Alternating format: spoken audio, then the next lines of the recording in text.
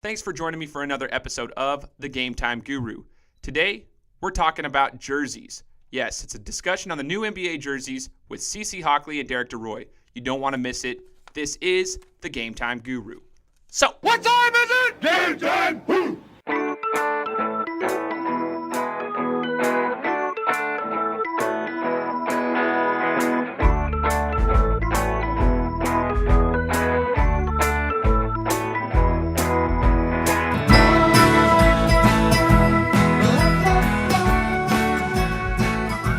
What is going on, everybody? Welcome out to another episode of the Game Time Guru. Now, today, we've got a special guest on the show. First-timer, Mr. DeRooy, and you're across the states. Derek, thanks for joining us, first off. Yeah, thanks for having me. Yeah, for sure. Can you explain, where are you from right now? Where are you at? Well, I'm in Bloomington, Indiana. Go Hoosiers right now.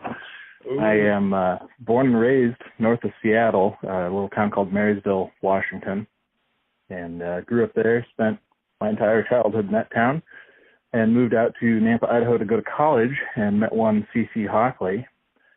And we were good pals there, and I was there till about March of this year and moved out here to live with my girlfriend. So you're from Seattle.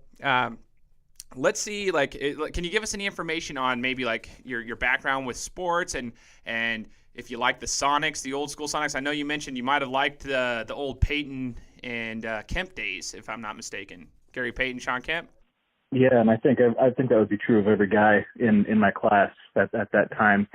Honestly, I wasn't a huge basketball fan as a little child because my brother and my dad weren't huge sports fans and certainly weren't huge basketball fans. They didn't know a ton about the sport and still don't. And I kind of got into it in the mid-'90s as it happened during Jordan's first retirement. Happened to catch Hakeem winning the finals and Reggie doing the chokes, the imitation on Spike Lee and all that. And then I jumped onto that Sonics bandwagon when they made their finals run. They had the new jerseys with the darker green. They had the maroon and the yellow. And Detlef Schrempf was my favorite player. Detlef Schrempf, man, I remember him. So, CC, you're a Jazz fan. Do you remember when the Sonics beat the Jazz to get to the finals? They beat us in the Western Conference Finals in the 96 season. I vaguely remember that. I was just starting to pay more attention. I was living in Utah at that time, and I think I remember more John Stockton breaking the steals record than that. I might have wiped it from my memory just as a coping mechanism, I think. For sure. So, yeah, I think that's probably what happened. I did the same thing. We've talked about this before. I did the same thing. I wiped away the loss to the Bulls because Jordan pushed off. So, that didn't even happen. It never happened. They never lost to the Bulls. But that year, what I remember about the Sonics, Derek, is when they played the Bulls, even though they got pretty much manhandled in the finals, Gary Payton actually did a really good job when he had to guard Michael Jordan. And that was actually really interesting to watch. And I think Colin Cowherd actually brought this up this past year about how well Gary Payton did. He was undersized, obviously, but they put Payton on Michael Jordan in those finals, and he kind of did a really good job on it. MJ wasn't putting up the numbers he was used to putting up, which people don't realize. So, yeah, that Sonics team, I was legit. So we've got CC back with us in the house, too. I wanted to make sure that we've got some good stuff to cover with CC. So first off, thank you for coming back with me. This is the fourth time? Time number 4. We're in for round 4. Woo, so here we go. Round 4. So round 4, most fighters don't even make it out of round 2. So I appreciate you getting through 3 and 4 with me. What am I, like a cruiserweight or a welterweight? I don't know. There's so many weight classes, I don't even know what you'd be. But you're the boxing guy, so dude, they've got too many nowadays, man. There should just be 3: light, middle, heavy. Boom, that's it. Okay, I'll stick with light. Okay, fair enough. So, CC, what do you got going on? There's some new ventures since the last time you joined me on the discussion. Can you talk about some new things that are happening for you in regards to your sports journalism field? Sure. Yeah. Yes, that is correct. I finally have a Twitter handle. Yes. So you can follow me on Twitter at CC Hockey Talk. Woo. So not Hawkley, but hockey. CC Hockey Talk. It's gonna be confusing. It's a little bit of a tongue twister, but anyway. So I finally have a Twitter account, and I was on Twitter and I was seeing, trying to make hockey connections. Imagine that. And I kept finding these handles for Sinbin, the Sinbin, and it's a minor league hockey site. It covers minor league hockey clubs from the AHL, the ECHL, and the SPHL, which is like the single A affiliates for the NHL teams. And Right. so I went on their website and it said join Team Sinbin. And so I clicked on it and they had a vacancy, if you will, for the Idaho Steelheads contributor position. And so I'm like, well, I've been doing a lot of good work with the Game Time Guru, Mr. Shane Larson here. And I'm like, here's my stuff. I applied, and within 2 days, they got back to me and said, you know what? Congratulations. You're the new contributor for the Idaho Steelheads for the Sinbin. That is so awesome. Yeah, it was pretty exciting to get that news back. So yeah, I haven't quite started covering games. I've been really busy with my daytime job and Right. trying to get a store moved and everything. We're relocating. So, but it's very exciting to be, I talked to Brian McCormick, the Director of Media Relations and Broadcasting at the Idaho Steelheads. Talked to him on a Monday. By Friday, I had my press pass in my hand. So I am a credentialed member of the media now, which is really stinking exciting. Ooh, that's so awesome. When you first told me that, I can't even explain. I told everybody in my family. I was like, you guys know CC, the guy I've been working with? They're like, yeah, I told them the story. They thought it was so cool. So Oh, man. I'm Yeah. jacked for you. So for everybody who's listening, make sure you guys check out his articles when he gets to start pushing those out. Like he said, he's busy right now, but he'll get that rolling. He's going to be, you're going to be like pretty much close to the team because you got the press pass. Right, now. right. I'm going to be attending as many home games as I can and trying to crank out an article a week during the season.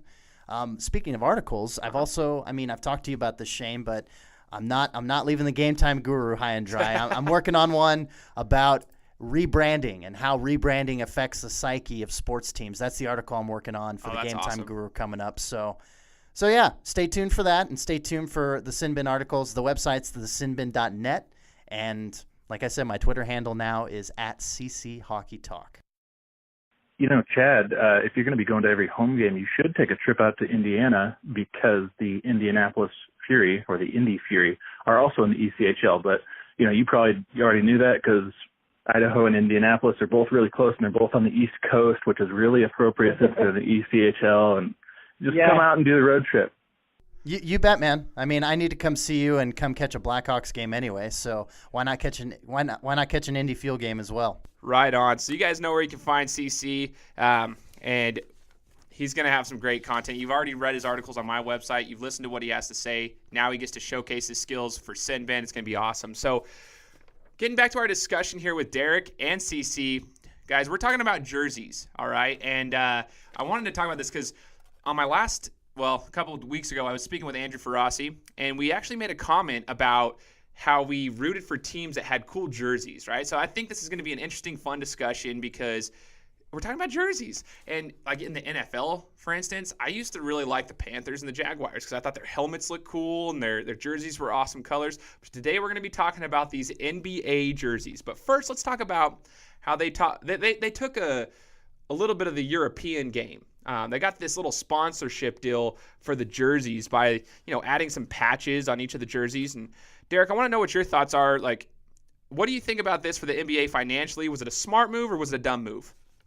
I think it was a great move financially, although it might have been unnecessary. The NBA, since Adam Silver came to power and the Stern era ended, they have really been gunning for the NFL's spot as the top sport in the country. And between all the things happening in the NBA and all the bad things happening with the NFL these days, I think that's a smart idea. I think they haven't come out and said this per se, but I think the justification of eliminating some of the game timeouts at the end of the game is probably going to be justified with, we don't need as much ad revenue. We've got them on the jerseys. And that, again, is just a master stroke by Silver and everybody on his team that's coming up with that idea.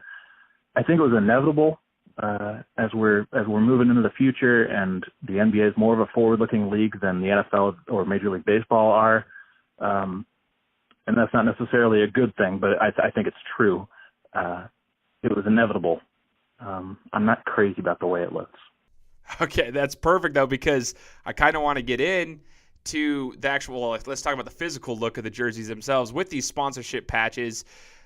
Are there any that you actually like? This is the thing, is I thought it took away from the look and the flow of the jersey, but I will say this, one of my favorites was the Cleveland Cavaliers. They've got the little Goodyear was it the foot? I don't know what it is. It's a little boot with a little Yeah, wing. like it's the winged feet of exactly. That, exactly. Mm-hmm. So I like that look with the colors that they have, but there's some other ones out there I'm not too fond of. What about yourself, Derek? What do you think?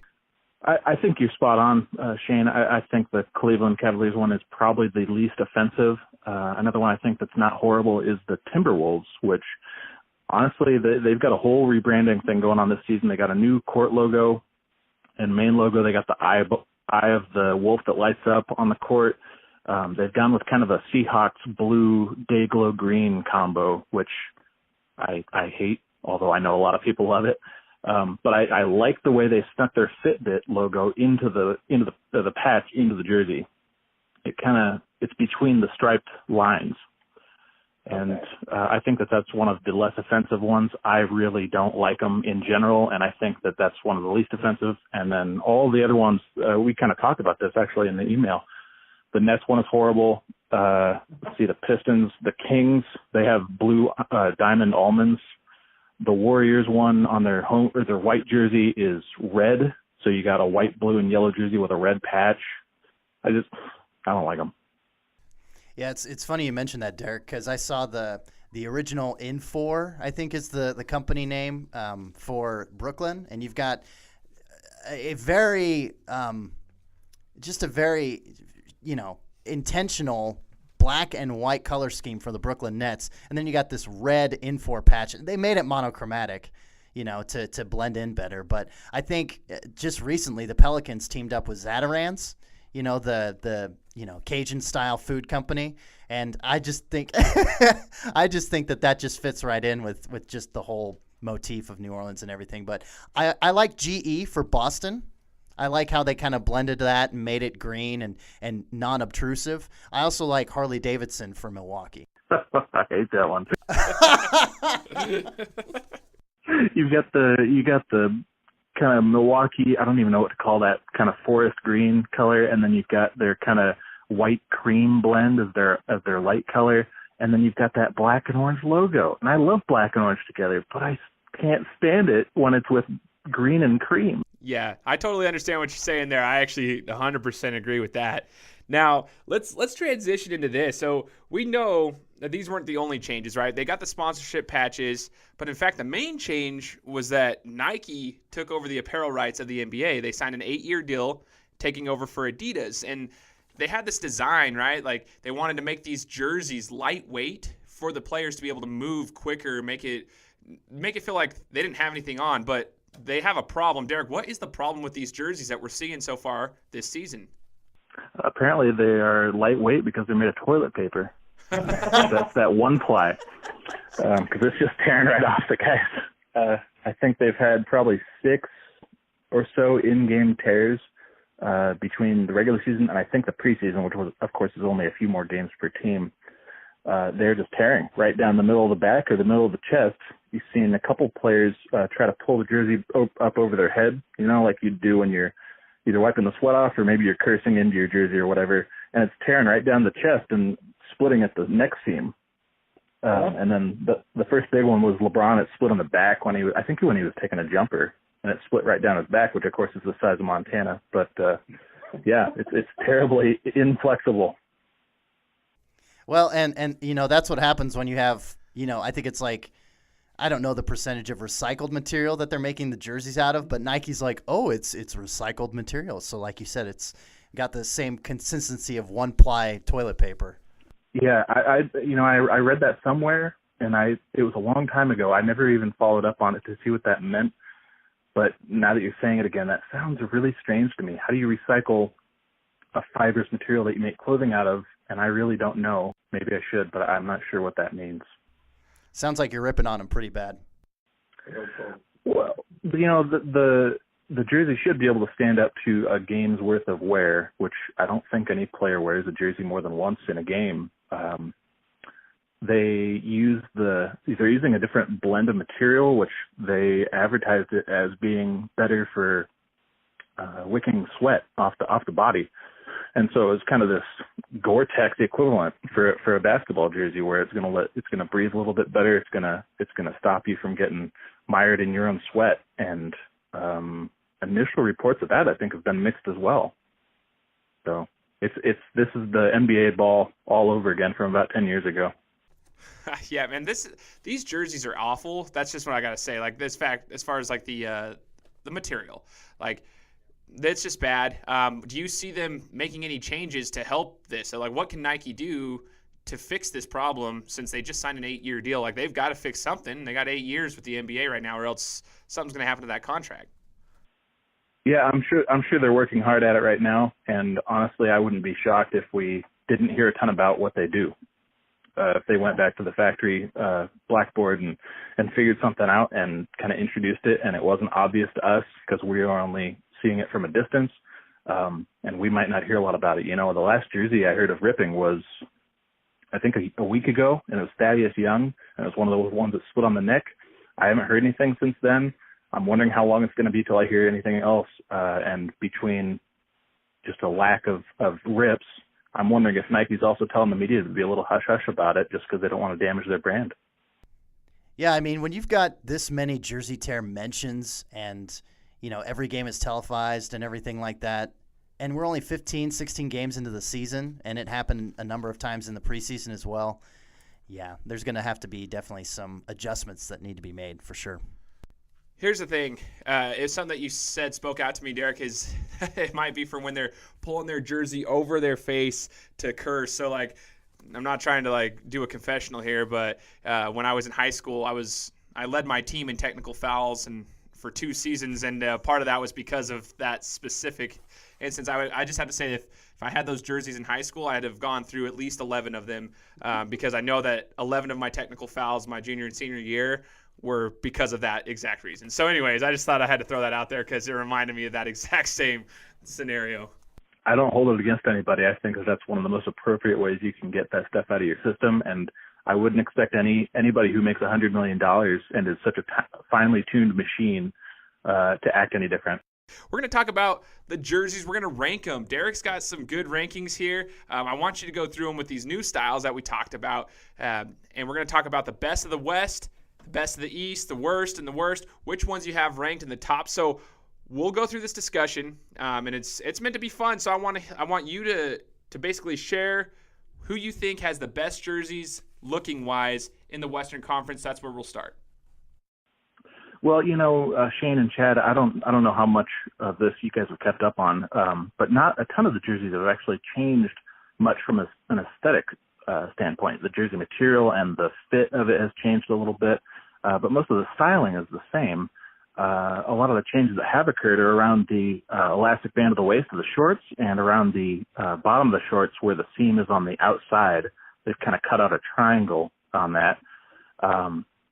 So, and frankly, I'm not a huge fan of change. So I think when you get something that looks classic and clean and appropriate, you want to stick with it.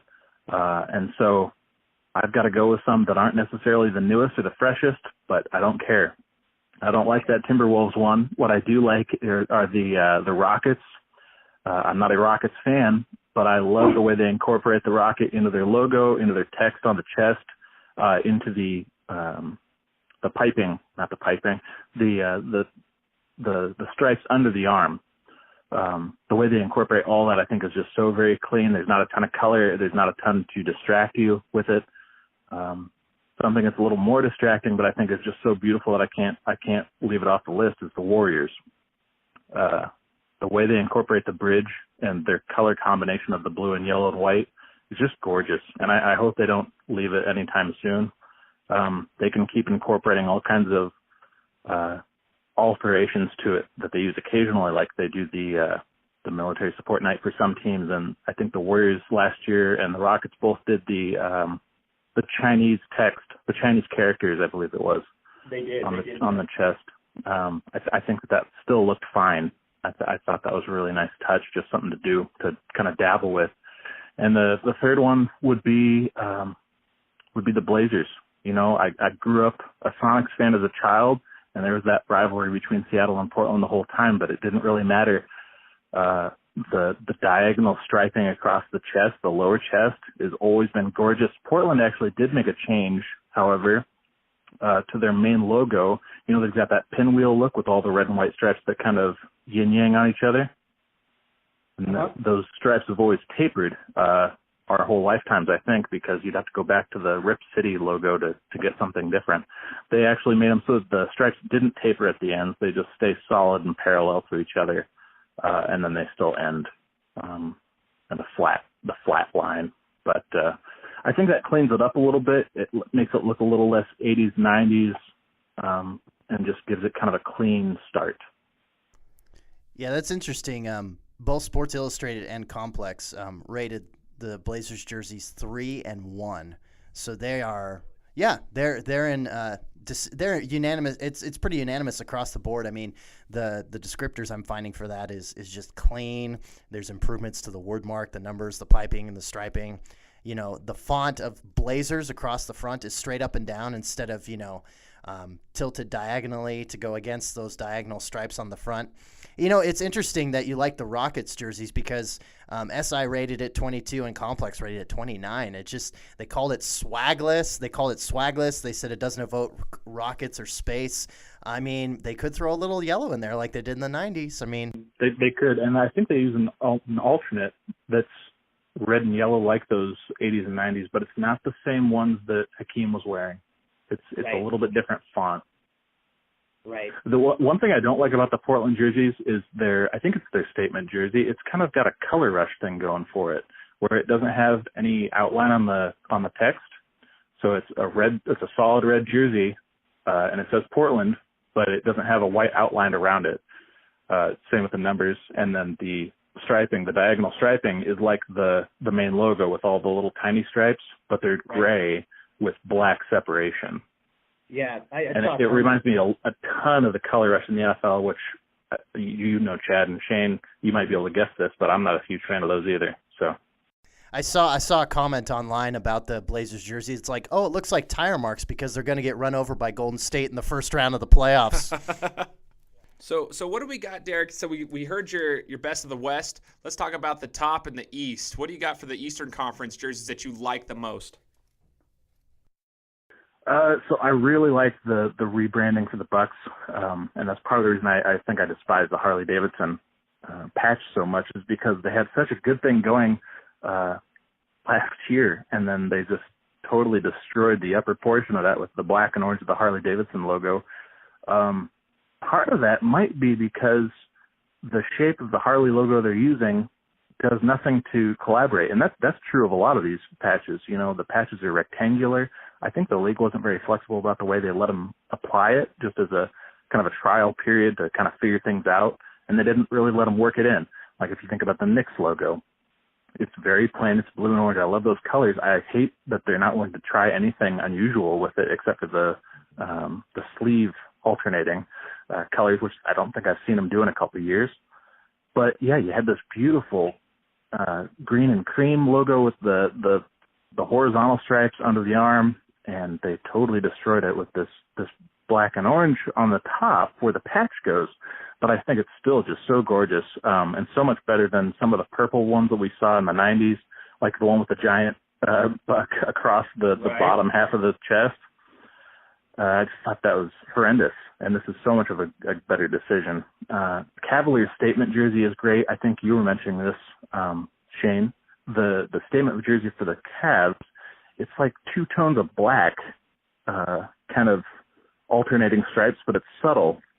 A little bit like the Atlanta Hawks New Jerseys with the triangles, but more subtle than that. It doesn't feel like you're staring at one of those Magic Eye things. And they kept the C of the Cavaliers logo, but just blew it up. So it's not the whole Cavaliers text. It's just the C, and it's giant, and it just dominates it, and it feels it encapsulates LeBron playing for the Cavs to me in a lot of ways. Totally get that. Yeah. The last one, which honestly I'm a little confused about this, and I tried looking it up this morning, and I could not get a solid answer. I've seen Miami wear a uniform that's, if not identical to, very, very similar to their old uniforms from the early 90s when they were new, which is not like the ones that we think of when we think about the Heatles. And I love it. And they've worn it at least twice this season, and so it makes me wonder if it's like a really popular alternate, but it doesn't seem to be their standard. It seems like they've stuck with that Shaq D Wade with the little collar T-bone thing on the chest. But I just love that Miami uniform. I think it looks so good. Now, Derek, are you talking about the all reds? Because I did a little research too, and the statement jersey for Miami is all red, and the shorts are red and everything, and it kind of harkens back to the Shaq and D Wade era. Or are you talking even further back, like Glenn Rice, Tim Hardaway, Lonzo Mourning? I'm talking like Tim Hardaway, and before that when they had like Ronnie Cycli and Glenn Rice and stuff like that. Whoa, Ronnie Cycli. Okay, Grandpa. That dude would pull down some rebounds on anybody. Oh man, you're diving way back into the depth of things. I like that. That's perfect. That's my NBA Live '95. That team was awesome. It had Ronnie Cycli, Glenn Rice, Steve Smith. I want to say it had Jamal Mashburn. Is that right? Yeah, I think you might be right. Honestly, I was in second grade at that time, but that's all I know. Holy cow. But something that you mentioned, Derek, is so we're talking about the best of the best, and I'm looking through these guys that you just ranked, best of the West, best of the East, as far as their jerseys. I have this phrase that I always liked.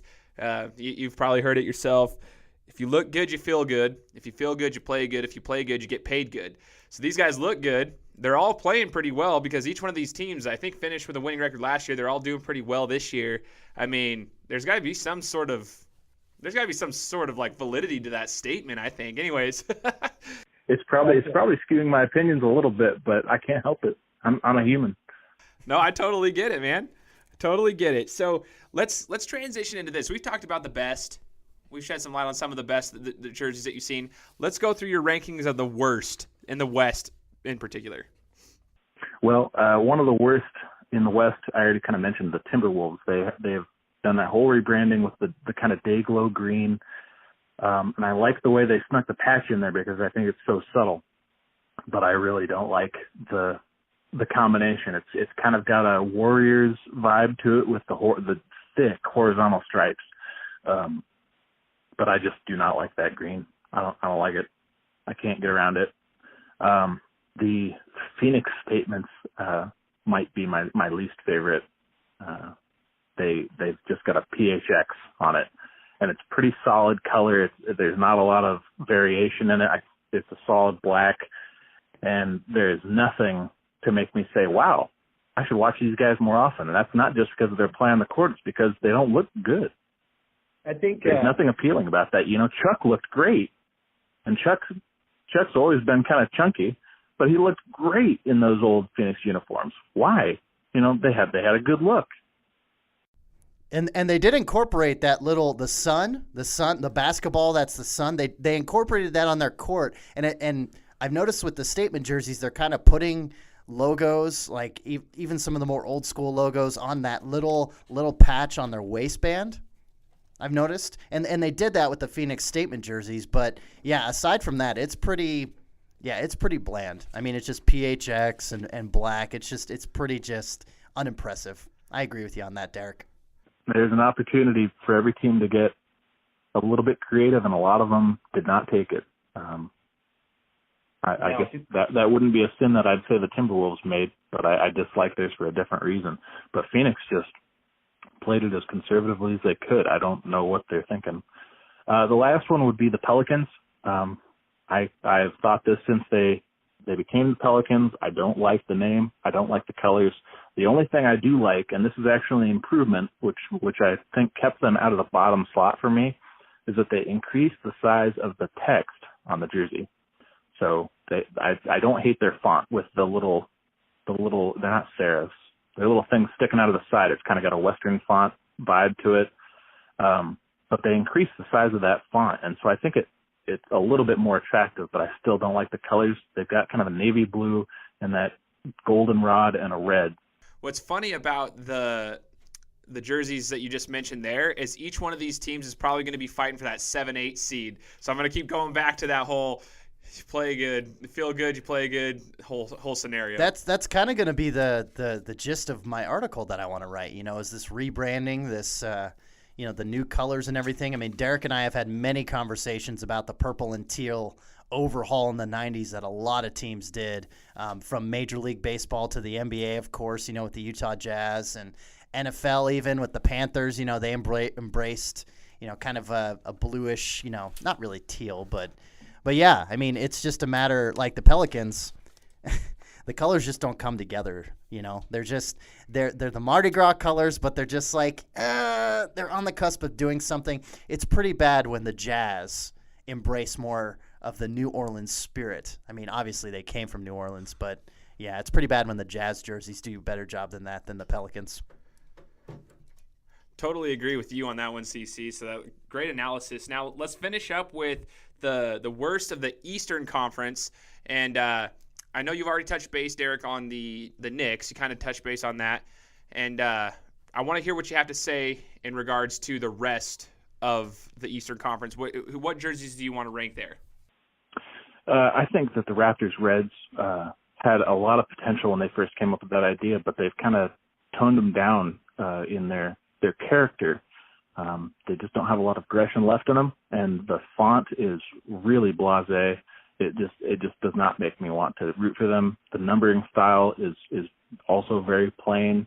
It's kind of small, and the letters are so bolded that it's hard to see the space inside the R and inside the P and the O and stuff like that. I just think it's very plain, and it's not a good look. I don't like pinstripes in general, but I wouldn't hate if they went back to the Damon Stoudemire pinstripe era, that Duncan T-Mac era either. The Knicks, like you said, yeah, there's just not a lot of aggression or creativity going there. I think that the Knicks, this is kind of going back to the patches, the Squarespace logo that they've chosen really looks strange, but I think if they were given a more liberal opportunity to kind of get creative with the logo and work those diagonal curves into their jersey idea, you could really have something there, but they haven't done that yet. So I'm going to keep Knicks toward the bottom. The last one is going to be the Hawks regulars, mostly the Reds as well. I love red, but I don't love when it feels like a magic eye and it gives me a headache. The yellow is not quite the Atlanta yellow that I want to see. I want to see the 80s Dominique style, or at least the colors that they used on those jerseys. And the font that they chose for the ATL, first of all, I don't know why it says ATL and not Atlanta, but that font, I don't even know what that is. It's like something out of Blade Runner. That's a pretty good comparison. What do you think of those triangles on there? I think if they made it a little more subtle, I wouldn't hate it so much. But they obviously want you to see them. Like you said, it's like looking into a magic eye, and your eyes just start to hurt after a while. It's interesting. Somebody I read about the Atlanta jerseys. They said it looks way too Nike. Like, it looks like Nike just took it and cranked it up to 11 in regards to what they like to do, like especially with the Oregon Ducks football and basketball jerseys. Like, yeah, it definitely evokes that. I mean, and especially with that highlighter greenish yellow that they have on there. Yeah, to harken back to the days and to bring back that just the basic yellow, like you said, the Dominique Wilkins, the Spud Webb, the 80s and early 90s Hawk. Yeah, if you don't want to go with the Pac-Man logo, that's okay. But I think those colors were great.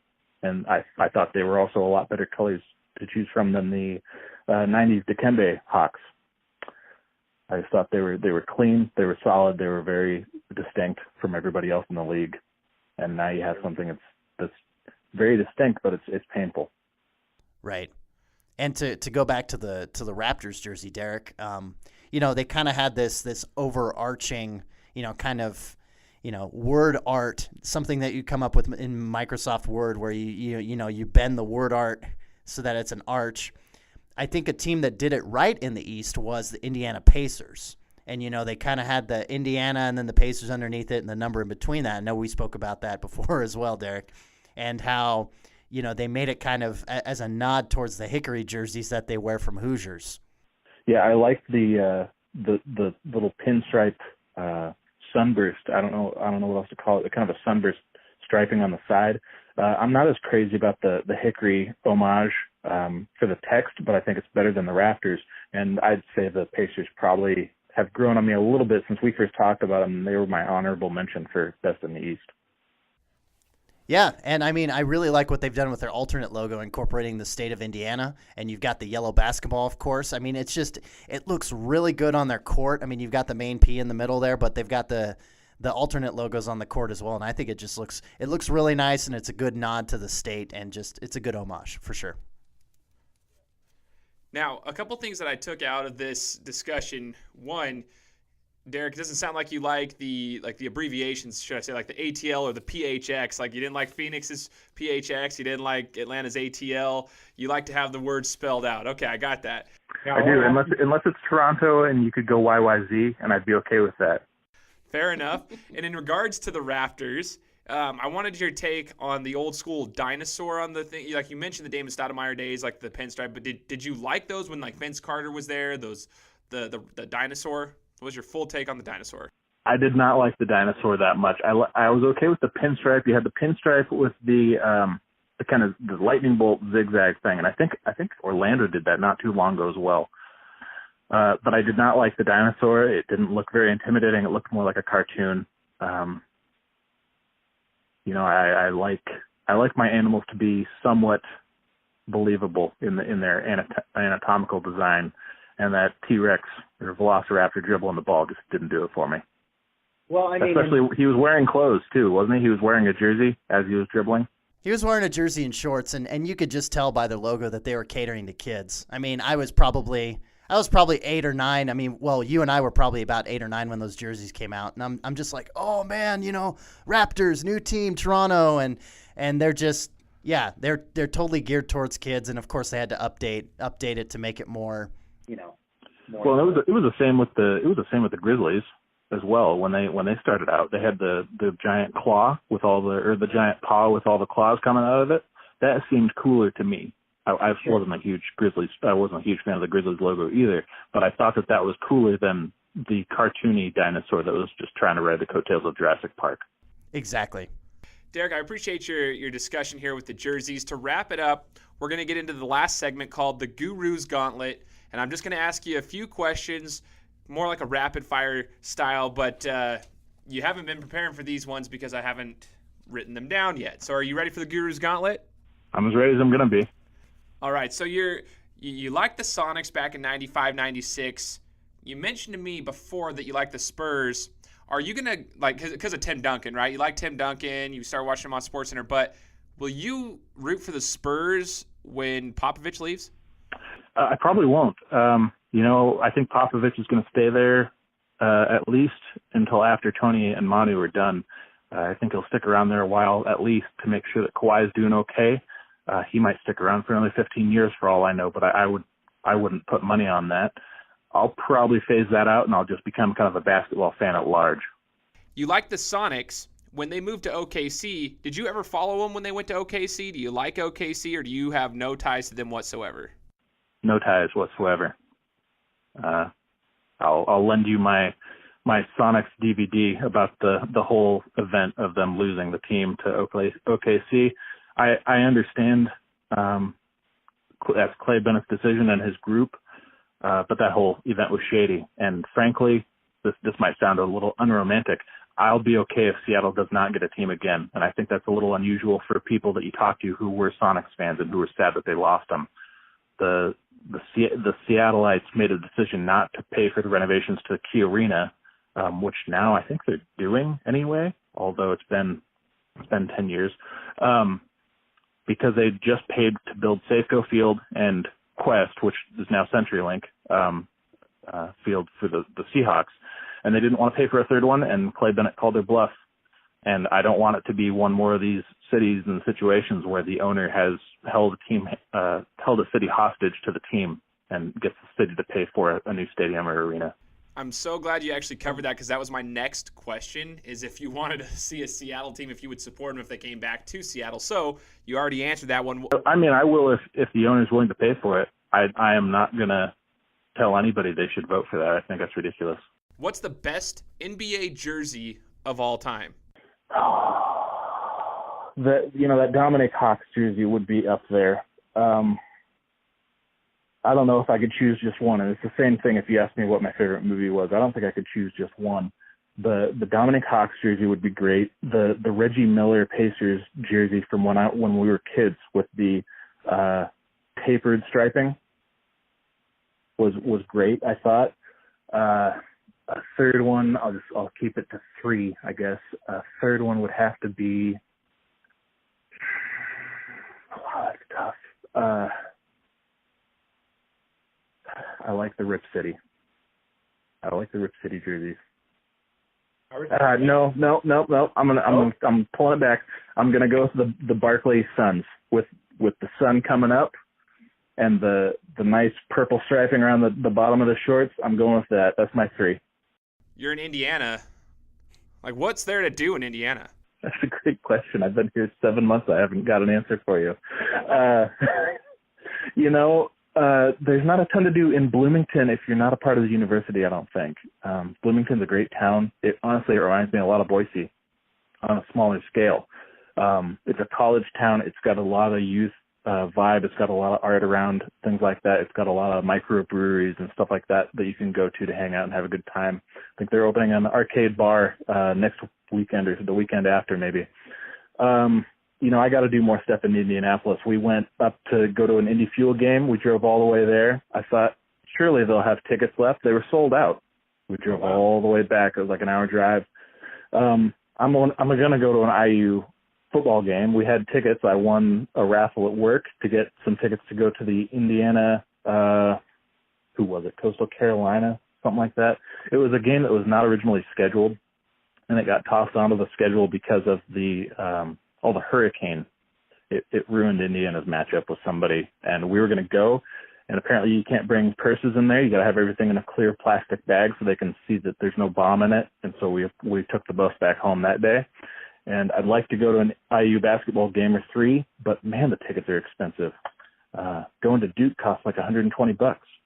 Oh, my goodness. Okay, so you're in a small town. It's got some sporting events that you can go to around you, but it's just really expensive and hard to get there, it seems. Or you bring the wrong bag and you can't get into the stadium.